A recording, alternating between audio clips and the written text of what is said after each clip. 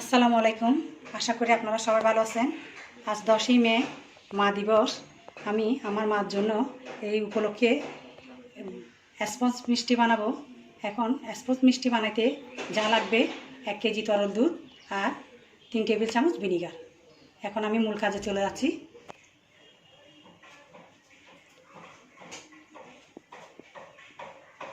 এখন চুলায় জালটা অন করে দিলাম। চুলার জাল অন করে দিয়ে আমি দুধটা সিদ্ধ হওয়া পর্যন্ত আমি অপেক্ষা করব। এখন এইটুক গরম হলে একটা বলক আসলে আমরা চুলাটা ছোটো করে দিব। সামান্য ছোটো করে দিয়ে এখানে আমি 3 টেবিল চামচ ভিনিগার নিলাম, সিরকা, সাদা সিরকা, আর 2 টেবিল চামচ নর্মাল পানি মিক্স করে আমি একটা সিরাপ বানাইলাম। এখন এই পানির মিশ্রণটা আমি অল্প অল্প করে এখানে ঢেলে দিব, এই দুধের মধ্যে ঢেলে দিব অল্প অল্প করে। একসাথে দেওয়া যাবে না, কারণ আপনি ভালো ছানা তৈরি করতে চাইলে আপনার থেকে অবশ্যই আমার এই সব কিছু ফলো করতে হবে। অল্প অল্প দিয়ে আপনি নাড়তে থাকবেন।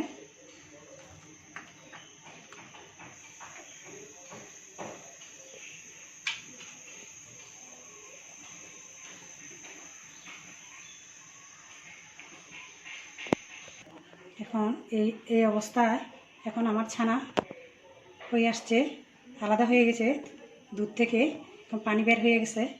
এই অবস্থায় আমি চুলা থেকে নামে ফেলবো। এখন আমি গরম গরম ঢেলে দিচ্ছি, সঙ্গে সঙ্গে ঢেলে দিতে হবে, দেরি করা যাবে না।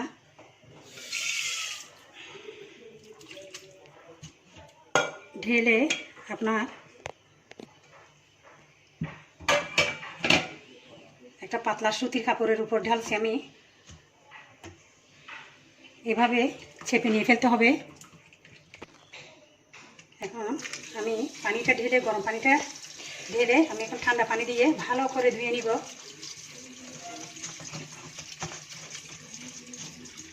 ভালো করে ছানাটা কষলায় কষলায় দিতে হবে, না হয় টক হয়ে যাবে, যেহেতু ভিনিগার দেওয়া হয়েছে এখানে।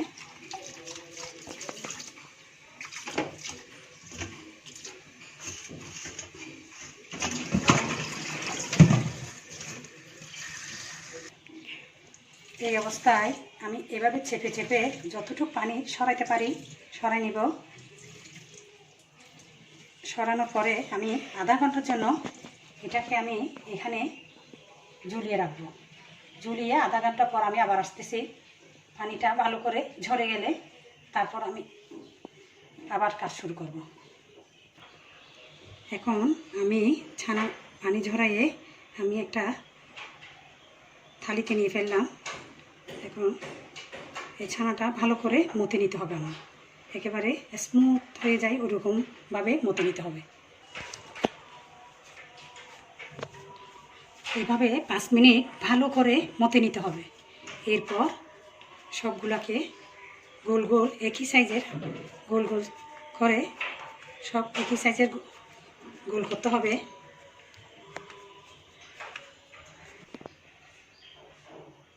এখন আমার কেকে সবগুলো আমার গোল হয়ে গেছে, রেডি। এখন আমি সোজা চুলায় চলে যাব। এখন আমি চুলায় চলে আসছি। এখন আমি একে একে 4 কাপ পানি দিব। আমার শিরাটা খুবই পাতলা হবে, কারণ স্পঞ্জ মিষ্টির জন্য শিরা একেবারে পাতলা করতে হয়।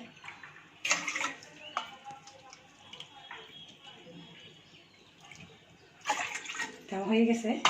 এরপর 2টা এলাচ দিব। এলাচ দিয়ে আমি চুলাটা অন করে দিচ্ছি।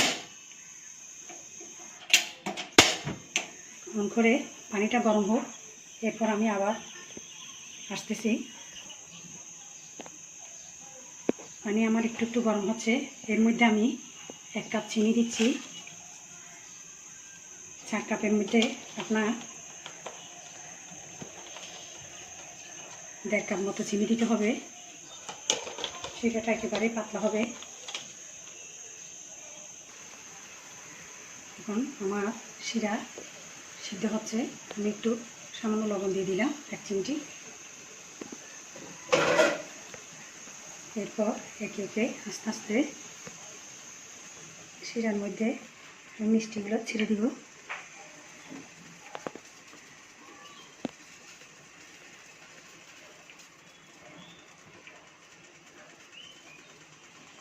আস্তে আস্তে একে একে সব মিষ্টি ছেড়ে দিব। মিষ্টির সাইজগুলো আপনারা বড় করবেন না, বড় করলে অনেক ফুলে আরও ডাবল হয়ে যায়। মাঝারি সাইজের করবেন। এখন আমি 10 মিনিট পর আসতেছি।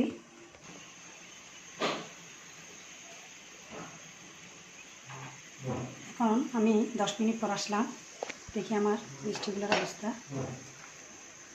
একটু নেড়ে চেড়ে দিচ্ছি আমি এই অবস্থায়।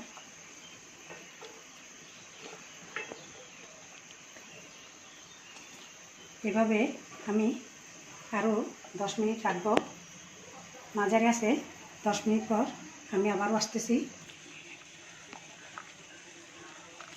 এখন আমার 10 মিনিট পর আসলাম। আমার মিষ্টি অলমোস্ট হয়ে গেছে, একেবারে রসে টইটুম্বর হয়ে গেছে। এখন মাশাআল্লাহ খুবই সুন্দর হইল। এখন আমি পরিবেশন করব। ওকে, এখন আমি আপনাদের সামনে আমার স্পঞ্জ মিষ্টি পরিবেশন করতেছি। আপনারা বাসায় করে অবশ্যই খাওয়াবেন, যেহেতু আজকে মা দিবস সে উপলক্ষে করা। খুবই সফট এবং খুবই স্পঞ্জি হয়েছে। আপনাদেরকে হয়তো খাওয়াইতে পারতেছি না, তারপর আপনারা বাসায় ট্রাই করবেন। আমার আমার রেসিপি যদি ভালো লেগে থাকে আমার চ্যানেলে সাবস্ক্রাইব করবেন অবশ্যই। ওকে, আল্লাহ হাফেজ।